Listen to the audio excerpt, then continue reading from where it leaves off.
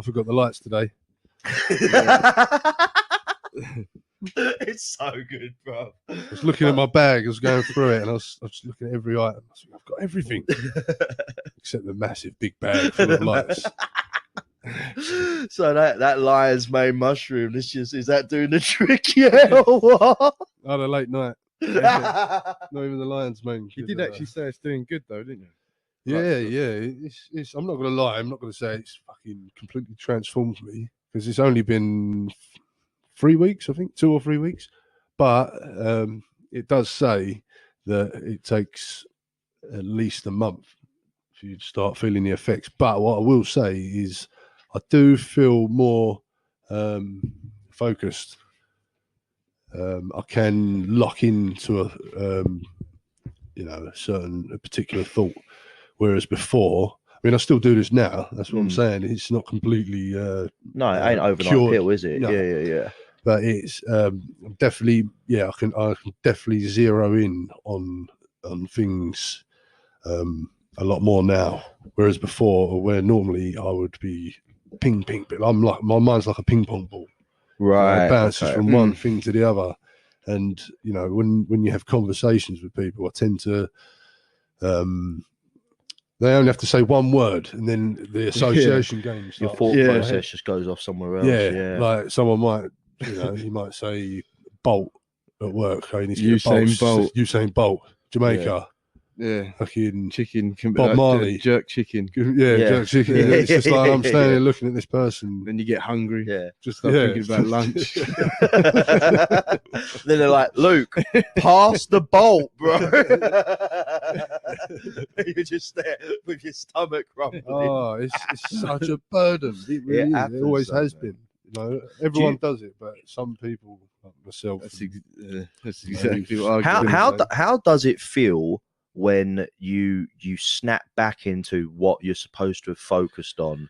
And I'm not talking about it's like a panic. You weren't listening to me. For me, there's there was you were supposed to have listened. Like everything of that moment relied on you being fully honed in, and you fogged out. How does that actually feel? Okay, for me personally, if someone's like at work and they're talking away and they're going, "You got to go do this, you got to go do that," blah blah blah. And then I'll think to myself, like, I'll be nodding, and then slowly drift out. And then when it comes to the end, and I go, right, let's go. And then I get like a panic. And then I also think, you fucking like Homer, like, oh, yeah. And then it also like the social anxiety kicks in because you think, like, I'm gonna look like such a weirdo if I ask. Go and ask him again. Like, yeah. What is it I've got to do again? Isn't it weird when they clap you back in? Like, but at the end, because it kind of like that shakes you out. Like, I know it's supposed to be like it's supposed to clap you into gear, but they don't clap you at the start when they're giving this speech, which should get you engage all you in. Instead, it's almost like a snap out of whatever reality, and it's never like, and that's the thing that I'd like people to know, that it's never anything rude. Like if it does come across rude, and I feel rude, and that's part of the like fucking dough, like that feeling, like how much, but also like when you do have like, it's not fog, but it's like autopilot, right? How much of that autopilot do you think is like actually like vital for your like mental recovery? Because if sometimes you've been so mentally stimulated, you've been so engaged for so long, you're like, I need a break, and now you need a break, but you're around people that like don't expect you to be taking a break. Like, you're with your friends now, your family now, you've had a hard day at work, you've been tuned in, and now you're with the people that you love the most, that you actually want to be tuned in for, but you're autopiloting. That's a big problem. That for me is worse than autopiloting at work. I understand, like, I'm financially like need to make sure I'm tuned in at work, but when you are getting that fog, when you're like with your friends and family, dude, it's like heartbreaking, because they're like, at some point, like and their patience has gone with you, because it might be something so important to them, and then you're like, I'm in the doghouse purely because I needed a mental break because of how hard the day's been. Even though it's not a hard day, it's just a day that drained you. If you were a free man with all of the rich and wonders of the world, like, would you spend your day doing it? How would your Wednesday afternoon have truly been that day? And some of those days, they really do like stack up on you, right? And you're like, oh god, I just need 10 minutes of sunshine and like a coffee.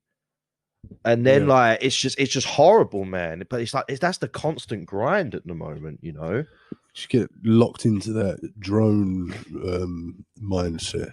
You know, your eyes glaze over, and you're just you're just moving. Yeah, but you need to then find those things that break you out of that, right?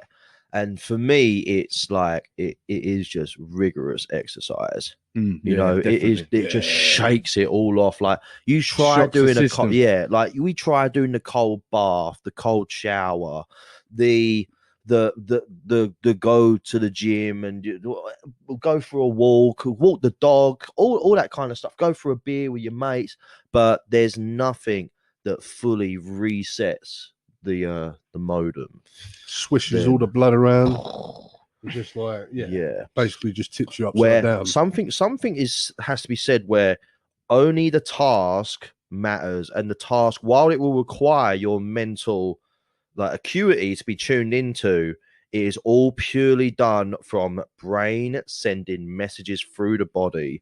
This is the general, the body's the troops, and the general is telling the troops, you got to move this way to succeed in this task, whether it's lifting a weight, whether it's running 10 miles, or whether it's going into some kind of martial art, grappling, striking, any sport. But like there's something to be said when you're just relinquishing and just like you're like a phoenix rising from like the ashes of like your burnt day. You know what I mean? You know that really hitting that like a sprint feeling. You know that really like put like redlining yourself. You know, but you're giving your body something to do, aren't you?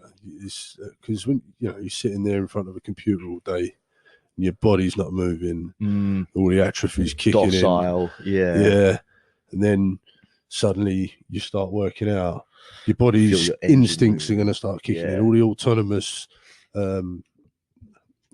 functions are going to start kicking in, and then you just start waking up. Then the body and mind comes together, and then you're switched on. One of my favorite moments, like, is when like I'm training and I'm doing like some strength and conditioning. I've got a hoodie on and I've just like paused. I'm not trying to gas myself because I'm trying to get my strength up. So I'm trying to lift, but you're just feeling that just sweat just falling off you. That in between rounds feeling. Yeah, the in between rounds when you're right, I'm in the thick of it now.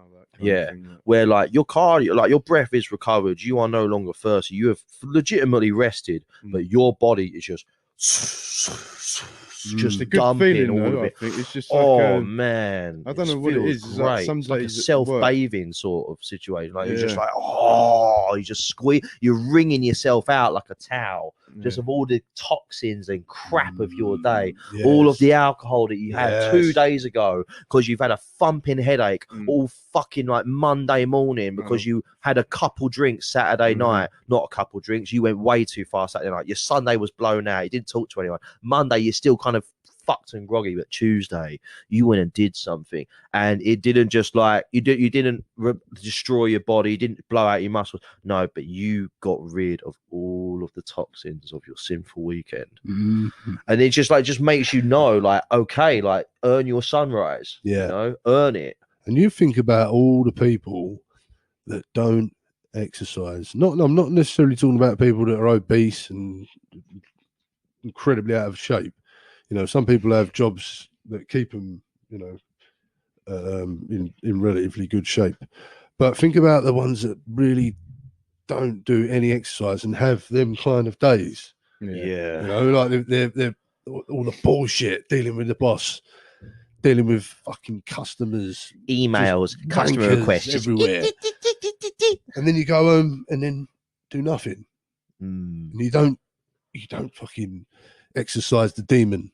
No, you know, like it's just all pent up, pure rage, and on your phone, why just texting all about it, and then the algorithm's picking that up. So then you go like, right, I'm done texting all my friends what happened today. So then you go onto your social media, and your social media is just filled of this algorithm that's just fed purely based on what you spoke about on your fucking chats, and you just down that rabbit hole of just further and further getting yourself conditioned into this just low, pestilent, depressed form of yourself.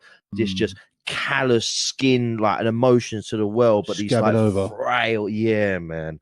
Oh, it's heartbreaking. And that's why we're doing this, because we want to encourage people to at least take one step towards fixing your mental health by exercising, doing a martial art, just bettering yourself overall. just bettering yourself, taking them small steps. Because what it's done for me is, my life would be completely different if I didn't do it, and for the worse as well. I mean, you spoke about being bullied in school. Watch the full episode for free over on Spotify.